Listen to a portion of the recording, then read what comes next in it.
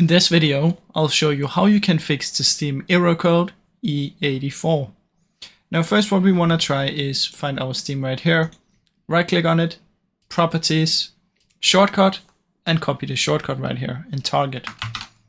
Now come down here and search for run, paste it, space /repair, and then try and press OK and see if this fixes it. Now it will launch a repaired version of Steam and that might work. Now if that doesn't work, another thing we can do is stay in here and then you want to do space dash login space dash no react login. Press apply and OK. You need to give permission for the administrator. So after you've done that, you can try and launch it and see if that works. Now if that still doesn't work, another thing we can try is come down here, apps and features, and then simply do a clean uninstall of Steam. So search for Steam, press uninstall, and then go reinstall it. Now any of these three should hopefully fix your issue.